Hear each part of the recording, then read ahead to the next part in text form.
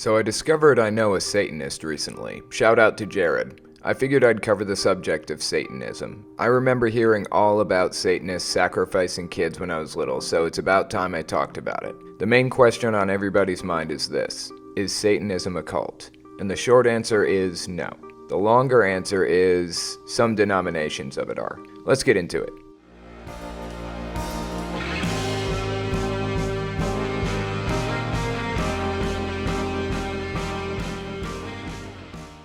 When I was growing up in the 90s, I was afraid to even look at a satanic symbol, like the pentagram, because I was convinced it held some kind of special power. It could curse me. Well, now I have the numbers 666 tattooed on my arm. I've obviously gotten past it, and everybody else should too. It's just a picture. The only power it holds is the power you give it. My mom genuinely believed that Satan was a real being that would come to your house and f*** with you. She used to give me a tackle box with a Bible and a flashlight in it, so if we got scared, we could pop it open and start reading no matter how late it was. I remember telling her that I was afraid of monsters in my room, and she'd say, "Oh yeah, there are demons in there, but if you say Jehovah's name, they can't hurt you." I would say that shit over and over again when I walked into a dark room. I had nightmares off and on for years after that, and finally when I became atheist, I had one more dream about demons. It was about 3 years ago. I remember looking in the mirror in my dream and seeing somebody who wasn't me on the other side. I knew it was a demon. Then I remember thinking to myself in my dream, this isn't real.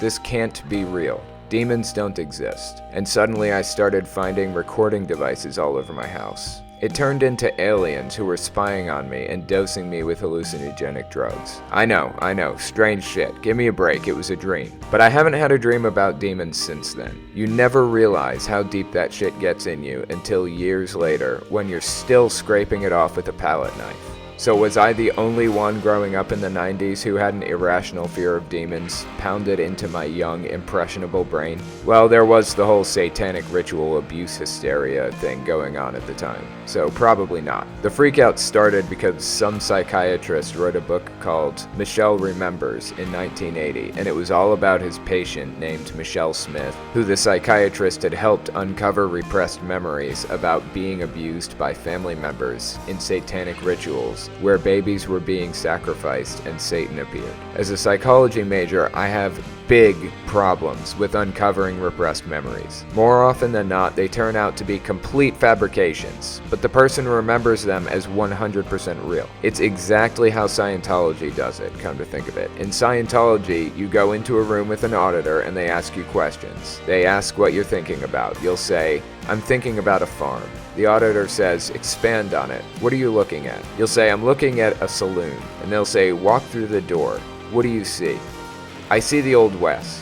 And the auditor will conclude that you were reincarnated from somebody living in the Old West or something. False memories are just as real as real memories. It's extremely stupid to try to dig memories out of somebody because you end up with a story like Michelle Smith's. She actually believed that Satan appeared in front of her, and she and everybody around her were so convinced of it that it caused hysteria. It was written almost like an activist book against satanic ritual abuse. And to make matters even more unethical, the psychiatrist eventually married the woman. How ridiculous is that? We had whole classes on ethics in college, medical ethics, professional ethics, and others. They specifically said, don't fucking get emotionally involved with patients or even people tangentially related to your practice. Don't do it. It's unethical and it can lead to a big mess. Anyways, so the book this psychiatrist helped his patient/future wife write was all about satanic ritual abuse and was a result of the psychiatrist accidentally planting false memories in this woman's head. It led to the satanic panic of the 80s and 90s. Grey Faction is a sub-organization of the Satanic Temple, which is a denomination of Satanism, and it's dedicated to investigating and combating irrational panics about Satanism and satanic ritual abuse. People were accused and convicted of satanic ritual crimes they never committed. They never had anything to do with. One couple, Dan and Fran Keller, spent over 21 years in prison after being sentenced to 48 years in prison for satanic rituals in their child care facility. Some of the kids claimed that they made them drink blood-laced Kool-Aid, said they were dismembering bodies, and supposedly there were even claims that they were putting children in a pool with sharks. This was in 1992, right in the middle of the Satanic Panic.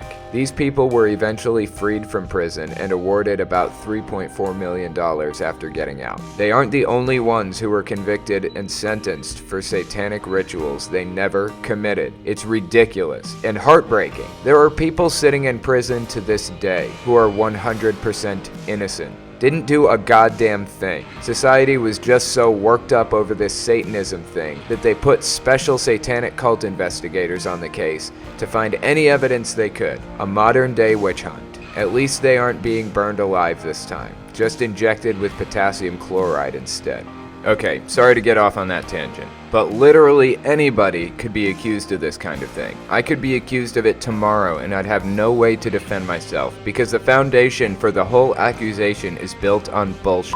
How do you prove you didn't cast a spell on somebody? How do you prove you can't summon Satan? Anyways, I wanted to talk about a few denominations of Satanism. We have the Satanic Temple, Laveyan Satanism, and the Order of Nine Angles. First, let's talk about the Satanic Temple. I can't speak for any single member, but generally this denomination doesn't believe in God, Satan, or anything supernatural. For all intents and purposes, they're atheists, but they do have an appreciation for the archetype of Satan revolting against an unquestioning authority. I can get on board with that. Here's a quote from the Satanic Temple.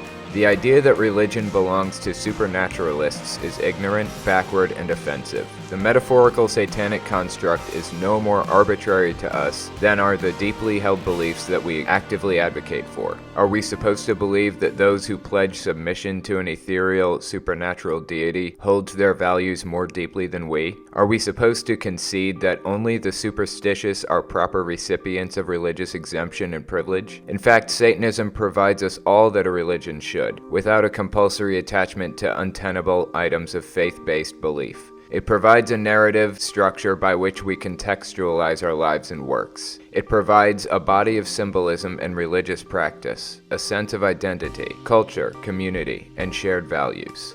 Okay, I'm not sure they should be offended over that. That's a little far for me, but whatever. I understand. They want to be part of a religion too. That's cool. Here are their central tenets. 1. One should strive to act with compassion and empathy towards all creatures in accordance with reason. 2. The struggle for justice is an ongoing and necessary pursuit that should prevail over laws and institutions. 3. One's body is inviolable, subject to one's own will alone. 4. The freedoms of others should be respected, including the freedom to offend. To willfully and unjustly encroach upon the freedoms of another is to forgo your own. Okay, now they're talking my language. The freedom to offend is very important. It's the basis for free speech. As Noam Chomsky said, we aren't protecting free speech, so we have the right to talk about apple pie. We're protecting it so people can say anything, even the most vile, disgusting things. If we don't believe in freedom of expression for people we despise, we don't believe in it at all. 5. Beliefs should conform to our best scientific understanding of the world. We should take care never to distort scientific facts to fit our beliefs. 6. People are fallible. If we make a mistake, we should do our best to rectify it and resolve any harm that may have been caused. And finally, 7. Every tenet is a guiding principle designed to inspire nobility in action and thought. The spirit of compassion, wisdom, and justice should always prevail over the written or spoken word. Totally. I am down. All of that sounds good to me.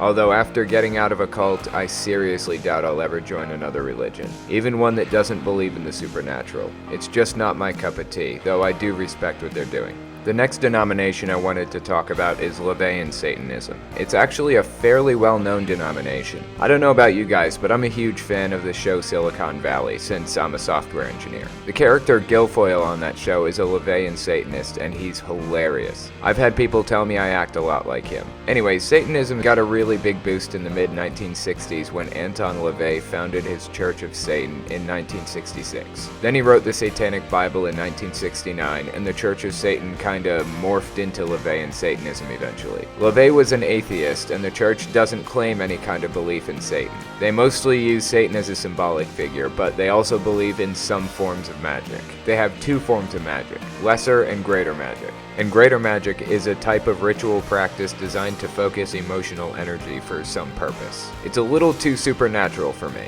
Anyways, they're generally harmless. They have 3 lists of central convictions, but I'll just cover one of them for now. Here are their basic tenets. 1. Do not give opinions or advice unless you're asked.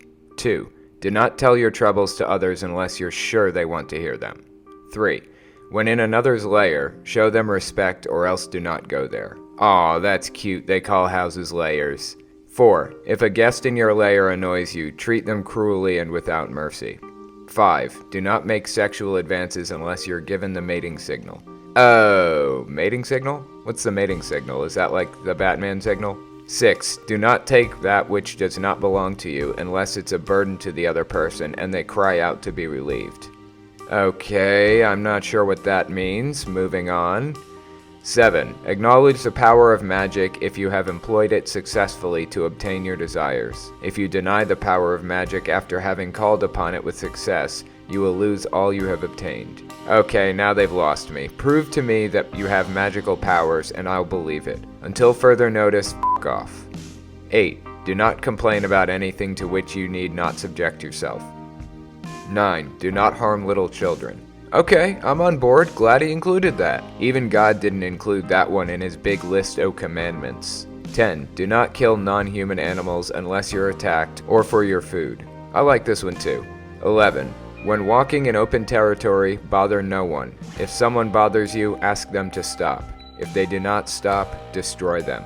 Oh wow, well, that went a little overboard, but I guess it's still better than the Bible. And finally, I want to cover the Order of Nine Angles. Unlike the other denominations, I would definitely consider this one a cult. They claim they formed in the 1960s, but they got real public recognition in the 80s for their neo-Nazi activism. They formed in the UK, and for the most part, they stayed there. I'm sure there are some clandestine cells called traditional Nexions all over the place, but they're a very small group and centralized in England. They describe themselves as belonging to a sinisterly numinous mystic tradition. They consider their order the left-hand path. Their writings condone and encourage human sacrifice. They say the killer should allow the victim to self-select themselves. According to their writings, they should test the victim to see if they expose perceived character faults. If they do, the victim shows they're worthy of death, and the sacrifice can commence. People who they consider ideal for sacrifice include members of sham satanic groups like the Laveyan Satanists or the Temple of Set, and zealous interfering Nazarenes, i.e. Christians who try to stop them.